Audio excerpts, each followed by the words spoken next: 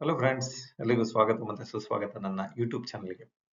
So ಇವತ್ತಿನ content ಬಂದು how to double your money, ನಿಮ್ಮ ಹಣದ ದ್ವಿಗುಣಗೊಳಿಸುವುದು ಹೇಗೆ. ಸೊ ಹೇಗೆ ಅಂತ ನೋಡೋಣ. ಸೊ ನಿಮ್ಮ ಹಣ ಹೇಗೆ ದ್ವಿಗುಣಗೊಳಿಸುವುದು, ಇದು ಆಶ್ಚರ್ಯ ಆಗುತ್ತೆ ಅನ್ಸುತ್ತಲ್ವಾ? ಯಾಕಂತ ಹೇಳಿದ್ರೆ ನಾನು 5 ವರ್ಷ ಇಟ್ಟಿದ್ದೀನಿ, 6 ವರ್ಷ ಇಟ್ಟಿದ್ದೀನಿ, ನನ್ನ ಹಣ ಡಬಲ್ ಆಗ್ತಾ ಇಲ್ಲ, ಸೊ ನನಗೆ ಇಂಟ್ರೆಸ್ಟ್ ಸಿಗ್ತಾ ಇಲ್ಲ ಅಂತ ಎಷ್ಟೋ ಜನಕ್ಕೆ ಈ ಒಂದು ಅನುಮಾನ ಇದೆ. ಸೊ ಹಣ ದ್ವಿಗುಣ ಆಗುತ್ತೆ. ಯಾವಾಗ ಆಗುತ್ತೆ, ಎಲ್ಲಾಗುತ್ತೆ?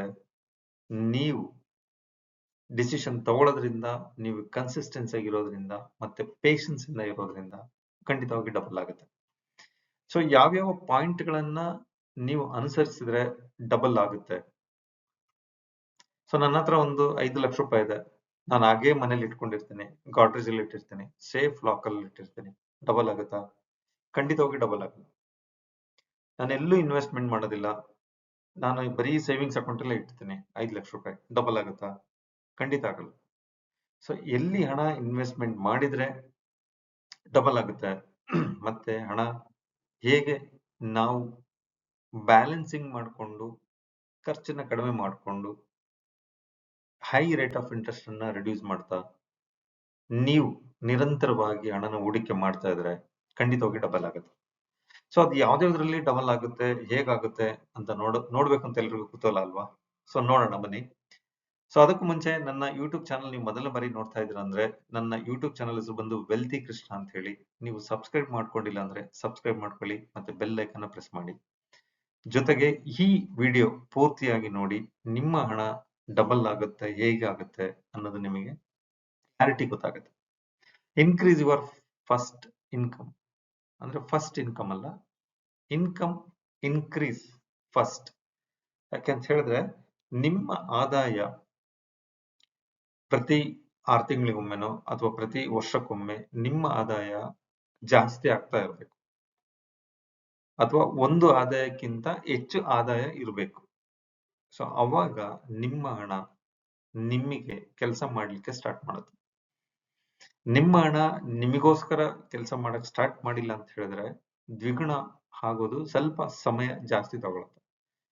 ಸೊ ಮೊದಲು ನೀವು ನಿಮ್ಮ ಇನ್ಕಮ್ ನ ಜಾಸ್ತಿ ಮಾಡ್ಕೊಳ್ಳಕ್ಕೆ ಹೇಗೆ ಮಾಡ್ಕೊಳ್ಬಹುದು, ನನ್ನ ಹತ್ರ ಏನೆಲ್ಲ ನಾಲೆಡ್ಜ್ ಇದೆ, ಆ ನಾಲೆಡ್ಜ್ ನ ಹೇಗೆ ಇಂಪ್ಲಿಮೆಂಟ್ ಮಾಡಿ ಹಣನ ಗಳಿಸಬಹುದು ಅನ್ನೋದ್ರ ಬಗ್ಗೆ ಚಿಂತನೆ ಮಾಡಿ, ನೀವು ಸರಿಯಾಗಿ ಸೂಕ್ತವಾಗಿ ಎಲ್ಲಿ ನಿಮ್ಮ ನಾಲೆಡ್ಜ್ ನ ಇಂಪ್ಲಿಮೆಂಟ್ ಮಾಡಬೇಕು ಅಲ್ಲಿ ಮಾಡಿ ನಿಮ್ಮ ಆದಾಯನ ಜಾಸ್ತಿ ಗಳಿಸ್ಕೊಳ್ಳಿ.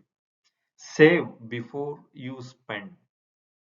ಯಾವುದೇ ಹಣ ಖರ್ಚು ಮಾಡೋದಕ್ಕೂ ಮುಂಚೆ ನೀವು ಯೋಚನೆ ಮಾಡಿ, ಈ ವಸ್ತು ಅಥವಾ ಪದಾರ್ಥಗಳು ಅಥವಾ ನೀವು ಏನೇ ಅನ್ಕೊಳ್ಳಿ, ಆ ಅವಶ್ಯಕತೆ ಇದೆಯಾ, ನಾನು ತಗೊಳ್ಬಹುದಾ, ಇದು ತಗೊಂಡ್ರೆ ಇದರಿಂದ ಆಗುವಂತ ಬೆನಿಫಿಟ್ ಏನು, ತಗೊಂಡದೇ ಇದ್ರೆ ಏನಾಗುತ್ತೆ ಅನ್ನೋದೊಂದು ಯೋಚನೆ ಮಾಡಿ ನೀವು ಬೈ ಮಾಡಿದ್ದಾದ್ರೆ ಡೆಫಿನೆಟ್ ಆಗಿ ನಿಮ್ಮ ಹಣ ಉಳಿತಾಯ ಆಗುತ್ತೆ.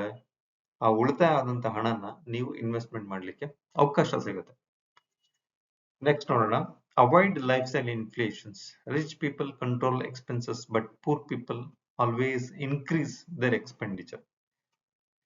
ಸಾಮಾನ್ಯವಾಗಿ ರಿಚ್ ಪೀಪಲ್ಸ್ಗಳು ಅವ್ರ ಮೈಂಡ್ ಸೆಟ್ಟೇ ಸ್ವಲ್ಪ ಡಿಫ್ರೆಂಟ್ ಆಗಿ ಯೋಚನೆ ಮಾಡ್ತಾರೆ. ಯಾಕೆ ಅಂತ ಹೇಳಿದ್ರೆ ಅವರು ಜಾಸ್ತಿ ಹಣನ ಖರ್ಚು ಮಾಡ್ಲಿಕ್ಕೆ ಹೋಗೋದಿಲ್ಲ. ಸೊ ಹಣ ಖರ್ಚು ಮಾಡೋದಕ್ಕಿಂತ ಈ ಹಣನ ಎಲ್ಲಿ ಹೂಡಿಕೆ ಮಾಡಬಹುದು, ಅಥವಾ ನನ್ನ ಬಿಸ್ನೆಸ್ ಅಲ್ಲಿ ಹೇಗೆ ಅದನ್ನ ಹೂಡಿಕೆ ಮಾಡಿಕೊಂಡು ನನ್ನ ಬಿಸ್ನೆಸ್ ನ ಹೆಚ್ಚು ಗ್ರೋ ಮಾಡಬಹುದು, ಅಥವಾ ಬಿಸ್ನೆಸ್ ಅನ್ನು ಹೆಚ್ಚು ಹೇಗೆ ಬೆಳೆಸಬಹುದು ಅನ್ನೋದ್ರ ಬಗ್ಗೆ ಯೋಚನೆ ಮಾಡ್ತಾ ಇರ್ತಾರೆ. ಆದ್ರೆ ಸಾಮಾನ್ಯ ವರ್ಗದವ್ರು ಏನಂತಂದ್ರೆ, ಸೊ ಇವತ್ತಿಂದ ಇವತ್ತೇ ಖರ್ಚು ಮಾಡಿ ಕಂಪ್ಲೀಟ್ ಝೀರೋ ಮಾಡ್ಬಿಡೋಣ, ಸೊ ಹಣ ಇದ್ರೆ ಸಮಸ್ಯೆ ಅಂತ ಹೇಳ್ಬಿಟ್ಟು ಯೋಚನೆ ಮಾಡೋರು ತುಂಬಾ ಜನ ಇದೆ. ಸೊ ಹಾಗಾಗಿ ನಿಮ್ಮ ಲೈಫ್ ಸ್ಟೈಲ್ ಇನ್ಫ್ಲೇಷನ್ಸ್ ಮ್ಯಾಚ್ ಮಾಡಬೇಕು, ಅಥವಾ ಆಗುವಂತ ಇನ್ಫ್ಲೇಷನ್ಸ್ ಅನ್ನ ನೀವು ಬೇರ್ ಮಾಡಬೇಕು ಅನ್ನೋದಾದ್ರೆ ನೀವು ಇನ್ವೆಸ್ಟ್ಮೆಂಟ್ ಮಾಡಕ್ಕೆ ಸ್ಟಾರ್ಟ್ ಮಾಡಬೇಕು. ಅದರಿಂದ ಹೆಚ್ಚು ಪ್ರಾಫಿಟ್ ಬರುವಂತಹ ಕಡೆ ನೀವು ಇನ್ವೆಸ್ಟ್ಮೆಂಟ್ ಮಾಡಿದ್ರೆ ನಿಮ್ಮ ಇನ್ಫ್ಲೇಷನ್ಸ್ ಏನಾಗುತ್ತೆ ಆ ಇನ್ಫ್ಲೇಷನ್ಸ್ಗೆ ಅಡ್ಜಸ್ಟ್ ಆಗುತ್ತೆ. ಸೊ ಇಲ್ಲಾಂದ್ರೆ ನಿಮ್ಮ ಹತ್ರ ಇರೋ ಹಣ ಖರ್ಚಾಗ್ತಾ ಹೋಗುತ್ತೆ, ಅಥವಾ ನಿಮ್ಮ ಕೈಯಿಂದ ಹಣನ ಎಕ್ಸ್ಟ್ರಾ ಪೇಮೆಂಟ್ ಮಾಡಬೇಕಾಗುತ್ತೆ. Use the power of compounding interest. Start early investment and stay patience. ಸಾಮಾನ್ಯವಾಗಿ ನಾವು ಇನ್ವೆಸ್ಟ್ಮೆಂಟ್ ಮಾಡಕ್ ಹೋದಾಗ ಅಥವಾ ಇನ್ವೆಸ್ಟ್ಮೆಂಟ್ ಸ್ಟಾರ್ಟ್ ಮಾಡಿದ್ದು ಮ್ಯಾಕ್ಸಿಮಮ್ 1 ವರ್ಷದೊಳಗಡೆ ವಿಡ್ರಾ ಮಾಡೋ ಚಾನ್ಸಸ್ ಜಾಸ್ತಿ ಇರುತ್ತೆ. ಜಾಸ್ತಿ ಜನಗಳಿಗೆ ತುಂಬಾ ಕಮಿಟ್ಮೆಂಟ್ಗಳು, ಸೊ ಹಾಗಾಗಿ ವಿಡ್ರಾ ಮಾಡೋ ಚಾನ್ಸಸ್ ಜಾಸ್ತಿ ಇರುತ್ತೆ. ನಾನು ನಿಮಗೆ ಹೇಳೋದು ಏನಂತ ಹೇಳಿದ್ರೆ, ಈ ಒಂದು ಪಾಯಿಂಟ್ ವಿಚಾರವಾಗಿ ನಿಮಗೆ ಯಾವಾಗ ಅಂದ್ರೆ ಯಾವಾಗ ಬಿಸ್ನೆಸ್ ಸ್ಟಾರ್ಟ್ ಮಾಡ್ತೀರಾ ಅಥವಾ ಯಾವಾಗ ನಿಮ್ಮ ಅರ್ನ್ ಮಾಡಕ್ಕೆ ಸ್ಟಾರ್ಟ್ ಮಾಡ್ತೀರಾ, ಮೊದಲನೇ ಸಂಬಳ ಯಾವಾಗ ತಗೊಳ್ತೀರಾ, ಅವಾಗಿಂದಾನೇ ನೀವು ಇನ್ವೆಸ್ಟ್ಮೆಂಟ್ ಮಾಡ್ಲಿಕ್ಕೆ ಸ್ಟಾರ್ಟ್ ಮಾಡಿ. ಸ್ಮಾಲ್ ಅಮೌಂಟ್, ಬಿಗ್ ಅಮೌಂಟ್ ಅಲ್ಲ. 10,000, 20,000, 50,000 ಮಾಡಕ್ ಹೋಗ್ಬಿಡಿ. ಸ್ಟಾರ್ಟ್ ವಿತ್ 100 ರುಪೀಸ್ ಅಥವಾ 500 ರುಪೀಸ್ ಅಥವಾ 1000 ರುಪೀಸ್ ಇನ್ವೆಸ್ಟ್ಮೆಂಟ್ ಮಾಡ್ಲಿಕ್ಕೆ ಸ್ಟಾರ್ಟ್ ಮಾಡ್ತಾ ಬನ್ನಿ. ನಿಮ್ಮ ಆದಾಯ ಜಾಸ್ತಿ ಆದಂಗೆ ನೀವು ಇನ್ವೆಸ್ಟ್ಮೆಂಟ್ ಅಲ್ಲಿ ಹಣನ ಜಾಸ್ತಿ ಉಳಿತಾಯ ಮಾಡಕ್ಕೆ, ಹೂಡಿಕೆ ಮಾಡಕ್ಕೆ ಸ್ಟಾರ್ಟ್ ಮಾಡ್ತಾ ಬನ್ನಿ. ಅದನ್ನ ಯಾವುದೇ ಕಾರಣಕ್ಕೂ ವಿಡ್ರಾ ಮಾಡಬೇಡಿ. Keep it minimum 15 years, 10 to 15 years of your money. So ಅವಾಗ ನಿಮ್ಮ ಹಣ ಡಬಲ್ ಆಗುತ್ತೆ. ನೀವು ಎಕ್ಸ್ಪೆಕ್ಟೇಷನ್ ಏನ್ ಮಾಡ್ತಾ ಇರೋದಕ್ಕಿಂತ ಹೆಚ್ಚಿಗೆ ಹಣ ನಿಮಗೆ ಕೈಗೆ ಸಿಗುತ್ತೆ. ಅವಾಗ ನೀವು ನಿಮ್ಮ ಗೋಲ್ ಏನಿದೆ ಅದನ್ನ ಫುಲ್ಫಿಲ್ ಮಾಡ್ಕೊಳ್ಳಿ. ಅಥವಾ ನಿಮಗೆ ಹೌಸ್ ತಗೊಳ್ಬೇಕು ಅಂತಿದ್ರೆ ಮನೆ ಬೈ ಮಾಡಿ, ಅಥವಾ ಲ್ಯಾಂಡ್ ತಗೊಳ್ಬೇಕಂದ್ರೆ ಲ್ಯಾಂಡ್ ಬೈ ಮಾಡಿ, ಅಥವಾ ನಿಮ್ಮ ಆಸೆ ಆಕಾಂಕ್ಷೆಗಳೇನಿದೆ ಅದನ್ನ ಫುಲ್ಫಿಲ್ ಮಾಡ್ಕೊಳ್ಳಿ. ಏನಪ್ಪಾ ಅಂದ್ರೆ ನೀವು ಮಾಡ್ತಕ್ಕಂತಹ ಉಳಿತಾಯ ಆಗಿರ್ಬೋದು, ಹೂಡಿಕೆ ಆಗಿರ್ಬೋದು, ಸ್ವಲ್ಪ ಪೇಷನ್ಸ್ ಆಗಿದ್ದು ನೀವು ಅದನ್ನ ವೆಯ್ಟ್ ಮಾಡಿ ಹಣನ ವಿಡ್ರಾ ಮಾಡಬೇಕಾಗುತ್ತೆ. ಒಂದ್ ವೇಳೆ ನೀವು ಪೇಷನ್ಸ್ ಇಲ್ಲ, ನನಗೆ ಇಮಿಡಿಯೇಟ್ ಬೇಕು ಅಂದ್ರೆ 1 ವರ್ಷಕ್ಕೆ 2 ವರ್ಷಕ್ಕೆ ನೀವು ವಿಡ್ರಾ ಮಾಡಕ್ ಹೋದ್ರೆ ನೀವು ಎಕ್ಸ್ಪೆಕ್ಟೇಷನ್ ಏನ್ ಮಾಡಿರ್ತೀರ ಅದಕ್ಕೆ ತಕ್ಕಂಗೆ ಹಣ ಸಿಗೋದಿಲ್ಲ. ಅವಾಗ ಏನ್ ಸಿಗ್ಬೇಕಾಗಿರುತ್ತೆ, 5%, 6%, 7% ರೇಟ್ ಆಫ್ ಇಂಟ್ರೆಸ್ಟ್ ಇರುತ್ತೆ. ಆ ಇಂಟ್ರೆಸ್ಟ್ ಪ್ಲಸ್ ನಿಮ್ಮ ಹಣ ಸಿಗುತ್ತೆ. ಕೆಲವೊಮ್ಮೆ ಶಾರ್ಟ್ ಪೀರಿಯಡ್ ಅಲ್ಲಿ ಲಾಸ್ ಆಗೋ ಚಾನ್ಸಸ್ ಜಾಸ್ತಿ ಇರುತ್ತೆ. ಸೊ ಹಾಗಾಗಿ ಲಾಂಗ್ ಟರ್ಮ್ ಇನ್ವೆಸ್ಟ್ಮೆಂಟ್ ಮಾಡಿದಾಗ ನಿಮಗೆ ಹೆಚ್ಚು ಆದಾಯ ಸಿಗುವಂಥದ್ದು ತುಂಬಾನೇ ಇರುತ್ತೆ. ಸೊ ಇನ್ವೆಸ್ಟ್, ಡೋಂಟ್ ಪಾರ್ಕ್ ಮನಿ. ನೀವು ನಮ್ಮ ಹತ್ರ ಒಂದು 5 ಲಕ್ಷ ಇದೆ, 1 ಲಕ್ಷ ಇದೆ, 2 ಲಕ್ಷ ಇದೆ, ನಾವು ಗಾರ್ಡೇಜ್ ಅಲ್ಲಿ ಇಟ್ಬಿಟ್ಟು ಒಂದು ಲಾಕರ್ ಅಲ್ಲಿ ಇಟ್ಬಿಟ್ಟು ಹಣ ಡಬಲ್ ಆಗುತ್ತೆ ಅಂತಿದ್ರೆ ಖಂಡಿತವಾಗಿ ಆಗಲ್ಲ. ನಿಮ್ಮ ಸೇವಿಂಗ್ಸ್ ಅಕೌಂಟ್ ಅಲ್ಲಿನೂ ನಿಮಗೆ ರೇಟ್ ಆಫ್ ಇಂಟ್ರೆಸ್ಟ್ ಕಡಿಮೆ ಇರುತ್ತೆ, 2.5% ಇಂದ 3% ಇರುತ್ತೆ. ಅದು ಕೂಡ ಒನ್ಸ್ ಇನ್ ಎ ಇಯರ್ ಅಥವಾ ಒನ್ಸ್ ಇನ್ 6 ಮಂತ್ಸ್ ಫ್ಲಕ್ಚುಯೇಷನ್ಸ್ ಆಗ್ತಾ ಇರುತ್ತೆ. ಸೊ ಸಾಧ್ಯವಾದಷ್ಟು ನೀವು ನಿಮ್ಮ ಹಣವನ್ನ either it is fix deposit ಅಥವಾ SIP ಅಲ್ಲೋ ಅಥವಾ ಲಾಂಗ್ ಟರ್ಮ್ ಇನ್ವೆಸ್ಟ್ಮೆಂಟ್ ಅಲ್ಲೋ ಅಥವಾ ಸ್ಟಾಕ್ ಅಲ್ಲೋ ಇನ್ವೆಸ್ಟ್ಮೆಂಟ್ ಮಾಡ್ಲಿಕ್ಕೆ ಪ್ರಯತ್ನ ಪಡಿ. ನಿಮಗೆ ಅಲ್ಲಿ ಆಗ್ತಾ ಇಲ್ಲ ಅಂತಂದ್ರೆ ಫಿಕ್ಸ್ ಡೆಪಾಸಿಟ್ ಇಡಿ, ನಿಮಗೆ ನಾರ್ಮಲ್ ರೇಟ್ ಆಫ್ ಇಂಟ್ರೆಸ್ಟ್ ಸಿಗುತ್ತೆ, ಸೆಕ್ಯೂರಿಟಿ ಇರುತ್ತೆ, ನಿಮಗೆ ಒಂದು ಮನಸ್ಸಿಗೆ ಸಮಾಧಾನ ಆಗುತ್ತೆ. Take calculated risk. ಸ್ವಲ್ಪ ನೀವು ರಿಸ್ಕ್ ತಗೊಂಡ್ರೆ ನಿಮಗೆ ಪ್ರಾಫಿಟ್ ಜಾಸ್ತಿ ಸಿಗುವಂಥದ್ದು ಇರುತ್ತೆ. ಹೇಗೆ ರಿಸ್ಕ್ ತಗೊಳ್ಬೇಕು? ಸ್ಟಾಕ್ ನಾಲೆಡ್ಜ್ ನೀವು ತಿಳ್ಕೊಳ್ಳಿ. ಯಾವ ಸ್ಟಾಕ್ ಅಲ್ಲಿ ಇನ್ವೆಸ್ಟ್ಮೆಂಟ್ ಮಾಡಿದ್ರೆ, ಯಾವಾಗ ವಿಡ್ರಾ ಮಾಡಿದ್ರೆ ಅಥವಾ ಯಾವಾಗ ಬೈ ಮಾಡಿದ್ರೆ ನಿಮಗೆ ಹೆಚ್ಚು ಹಣ ಸಿಗುತ್ತೆ ಅಂತ ನೀವು ಆ ಒಂದು ನಾಲೆಡ್ಜ್ ನೀವು ಗೇನ್ ಮಾಡ್ಕೊಳ್ಳಿ. ಅದರ ಆಧಾರದ ಮೇಲೆ ಇನ್ವೆಸ್ಟ್ಮೆಂಟ್ ಮಾಡ್ಲಿಕ್ಕೆ ಸ್ಟಾರ್ಟ್ ಮಾಡಿ. ಸ್ವಲ್ಪ ರಿಸ್ಕ್ ತಗೊಳ್ಳಿ, ನಿಮಗೆ ಖಂಡಿತವಾಗಿ ನಿಮಗೆ ಪ್ರಾಫಿಟ್ ಸಿಗುತ್ತೆ. Diversification of your investments. ಇದು ನಾನು ತುಂಬಾ ಸರಿ ಹೇಳಿದ್ದೀನಿ, ತುಂಬಾ ವಿಡಿಯೋಗಳಲ್ಲಿ ಹೇಳಿದ್ದೀನಿ, ಮತ್ತೆ ಇದು ಕೂಡ ಇವತ್ತಿನ ಪಾಯಿಂಟ್ಗೆ ಮತ್ತೊಮ್ಮೆ ಹೇಳ್ತಾ ಇದ್ದೀನಿ. ನಿಮ್ಮ ಹಣ ಲಂಸಮ್ ಹಣ ನಿಮ್ಮ ಹತ್ರ ಇದ್ರೆ ಯಾವುದೇ ಕಾರಣಕ್ಕೂ ಒಂದೇ ಲಂಸಮ್ ಸ್ಟಾಕ್ ಅಲ್ಲಿ ಇನ್ವೆಸ್ಟ್ಮೆಂಟ್ ಮಾಡಕ್ ಹೋಗ್ಬೇಡಿ. ನನ್ನ ಹತ್ರ 1 ಲಕ್ಷ ಇದೆ ಅಂದ್ರೆ 1 ಲಕ್ಷ ರೂಪಾಯಿ ಕಂಪ್ಲೀಟ್ ಒಂದೇ ಸ್ಟಾಕ್ ಅಲ್ಲಿ ಇನ್ವೆಸ್ಟ್ಮೆಂಟ್ ಮಾಡಬೇಡಿ. ಯಾಕೆಂತ ಹೇಳಿದ್ರೆ ಲಾಸ್ ಆದ್ರೆ ಖಂಡಿತವಾಗಿ ನಿಮ್ಮ ಹಣ ಪೂರ್ತಿಯಾಗಿ ಲಾಸ್ ಆಗೋಗುತ್ತೆ. ನಿಮ್ಮ ಹತ್ರ ಇರೋ ಅಲ್ಪ ಸ್ವಲ್ಪ ಸೇವಿಂಗ್ಸ್ ಕೂಡ ಹೋಗುತ್ತೆ.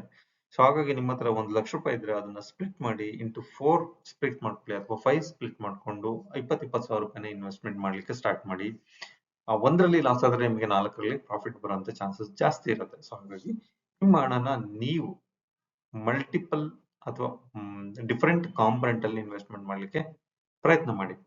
Reinvest profit, don't spend return too early. ಒಂದ್ ವೇಳೆ ನೀವು ಯಾವುದೋ ಒಂದು 5 ಇಯರ್ಸ್ಗೋ 2 ಇಯರ್ಸ್ಗೋ ಅಥವಾ 20 ಇಯರ್ಸ್ಗೋ ಇನ್ವೆಸ್ಟ್ಮೆಂಟ್ ಮಾಡಿದ್ರಿ ಅಂತ ಅನ್ಕೊಳ್ಳಿ. ಆಫ್ಟರ್ ಪೀರಿಯಡ್ ಮುಗಿದಾಗ ನಿಮಗೆ ಒಂದು ಬಲ್ಕ್ ಅಮೌಂಟ್ ಸಿಗುತ್ತೆ. ಆ ಬಲ್ಕ್ ಅಮೌಂಟ್ ನ ಎಂಟೈರ್ ಅಮೌಂಟ್ ನೀವು ಸ್ಪೆಂಡ್ ಮಾಡಬೇಡಿ, ರೀಇನ್ವೆಸ್ಟ್ಮೆಂಟ್ ಮಾಡಿ. ಅದರಿಂದ ಬರುವಂತ ಆದಾಯದಲ್ಲಿ ನೀವು ಫ್ಯಾಮಿಲಿ ಮೇಂಟೈನ್ ಮಾಡುವಂಥದ್ದು ಅಥವಾ ಬೇರೆ ರೆಂಟಲ್ ಇನ್ಕಮ್ ಮಾಡ್ಕೊಳ್ಳುವಂಥದ್ದು ಅಥವಾ ಲ್ಯಾಂಡ್ ಬೈ ಮಾಡುವಂಥದ್ದು, ಈ ತರ ಅಸೆಟ್ ಮಾಡ್ಲಿಕ್ಕೆ ಅವಕಾಶ ಮಾಡ್ಕೊಂಡು ನೀವು ಬೈ ಮಾಡಿ. 100% ಯಾವುದು ಕೂಡ ಯುಟಿಲೈಸ್ ಮಾಡಕ್ ಹೋಗ್ಬೇಡಿ. Stay consistency, not emotional. Markets go up and down. ಸಾಮಾನ್ಯವಾಗಿ ಸ್ಟಾಕ್ ಮಾರ್ಕೆಟ್ ಅಲ್ಲಿ ಅಥವಾ ಮ್ಯೂಚುವಲ್ ಫಂಡ್ ಅಲ್ಲಿ ಶಾರ್ಟ್ ಟರ್ಮ್ ಇದ್ದಾಗ ಏನಾಗುತ್ತೆ, ನಿಮ್ಮ ಹಣ ಪ್ರತಿದಿನ ಫ್ಲಕ್ಚುಯೇಷನ್ಸ್ ಆಗ್ತಾ ಇರುತ್ತೆ. ಕೆಲವೊಮ್ಮೆ ಪ್ರಾಫಿಟ್ ಸಿಗುತ್ತೆ, ಕೆಲವೊಮ್ಮೆ ಲಾಸ್ ಆಗುತ್ತೆ. ಸೊ ಅದು ಯಾವುದೇ ರೀತಿ ಅದಕ್ಕೆ ಎಮೋಷನಲ್ ಆಗಕ್ಕೆ ಹೋಗ್ಬೇಡಿ. ಲಾಂಗ್ ಟರ್ಮ್ ಇಟ್ಟಷ್ಟು ನಿಮ್ಮ ಹಣ ಸೇಫ್ ಆಗಿರುತ್ತೆ. ನಿಮ್ಗೆ ಏನ್ ಎಕ್ಸ್ಪೆಕ್ಟ್ ಮಾಡ್ತೀರಾ ಹಣ ನಿಮಗೆ ಕೈ ಸಿಗುತ್ತೆ. ಶಾರ್ಟ್ ಟರ್ಮ್ ಅಲ್ಲಿ ಗೊತ್ತಿದ್ರೆ ಮಾತ್ರ ಇನ್ವೆಸ್ಟ್ಮೆಂಟ್ ಮಾಡಕ್ ಹೋಗಿ, ಇಲ್ಲಾಂದ್ರೆ ಇನ್ವೆಸ್ಟ್ಮೆಂಟ್ ಮಾಡ್ಲಿಕ್ಕೆ ಹೋಗ್ಬೇಡಿ. ಲಾಸ್ಟ್ ಪಾಯಿಂಟ್ ಏನಂದ್ರೆ, ಕೀಪ್ ಲರ್ನಿಂಗ್ ಅಬೌಟ್ ಮನಿ. ಹಣದ ವಿಚಾರವಾಗಿ ನೀವು ಜಾಸ್ತಿ ಜಾಸ್ತಿ ಜಾಸ್ತಿ ತಿಳ್ಕೊಳ್ಳಿ. ಯಾಕೆಂತ ಹೇಳಿದ್ರೆ ನೀವು ಹೆಚ್ಚು ಮಾಹಿತಿ ತಿಳ್ಕೊಂಡಷ್ಟು ನಿಮ್ಮ ಹಣ ದ್ವಿಗುಣ ಆಗೋ ಚಾನ್ಸಸ್ ಜಾಸ್ತಿ ಇರುತ್ತೆ. ನೀವು ಹಣದ ಬಗ್ಗೆ ಜಾಸ್ತಿ ಗಮನ ಕೊಡ್ಲಿಲ್ಲ, ನನ್ನ ಹಣ ಹೇಗೆ ಉಳಿತಾಯ ಮಾಡಬೇಕು ಅಥವಾ ಹೇಗೆ ಸ್ಟ್ರಾಂಗ್ ಆಗಿ ಇಟ್ಕೊಳ್ಬೇಕು ಅಥವಾ ಎಲ್ಲಿ ಇಡಬೇಕು, ಇನ್ವೆಸ್ಟ್ಮೆಂಟ್ ಎಲ್ಲಿ ಮಾಡಿದ್ರೆ ನನಗೆ ಜಾಸ್ತಿ ಹಣ ಸಿಗುತ್ತೆ, ಈ ವಿಚಾರ ನೀವು ಪೂರ್ತಿಯಾಗಿ ಸಂಪೂರ್ಣವಾಗಿ ತಿಳ್ಕೊಂಡ್ಲಿಲ್ಲ ಅಂತ ಹೇಳಿದ್ರೆ ನಿಮ್ಮ ಹಣ ಯಾವತ್ತಿಗೂ ಕೂಡ ದ್ವಿಗುಣ ಆಗಲ್ಲ ಅಥವಾ ಪ್ರಾಫಿಟ್ ಬರೋ ಚಾನ್ಸಸ್ ಜಾಸ್ತಿ ಇರಲ್ಲ. ಸೊ ಹಾಗಾಗಿ ಪ್ರತಿದಿನ ಸಾಧ್ಯವಾದಷ್ಟು ಕಲಿತಾ ಹೋಗಿ.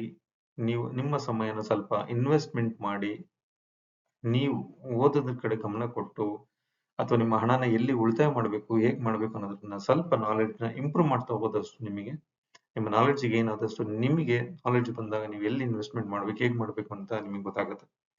ಅದರ್ವೈಸ್ ಏನಾಗುತ್ತೆ, ನಿಮಗೆ ಎಲ್ಲಿ ಹಣ ಇನ್ವೆಸ್ಟ್ ಮಾಡಕ್ ಆಗ್ದೇನೆ ನಿಮ್ಮ ಹತ್ರ ಎಷ್ಟು ಹಣ ಇರುತ್ತೆ ಅಷ್ಟೇ ಹಣನ ನೀವು ಕೈಲಿ ಇಟ್ಕೊಳ್ಬೇಕಾಗತ್ತೆ. ಸೊ ಯೋಚನೆ ಮಾಡಿ, ಪೇಷನ್ಸ್ ಆಗಿರಿ. ಜೊತೆಗೆ ಕನ್ಸಿಸ್ಟೆನ್ಸಿ ಸೇವಿಂಗ್ಸ್ ತುಂಬಾನೇ ಇಂಪಾರ್ಟೆಂಟ್ ಈ ಒಂದು ಕಾಂಪೊನೆಂಟ್ ಅಲ್ಲಿ.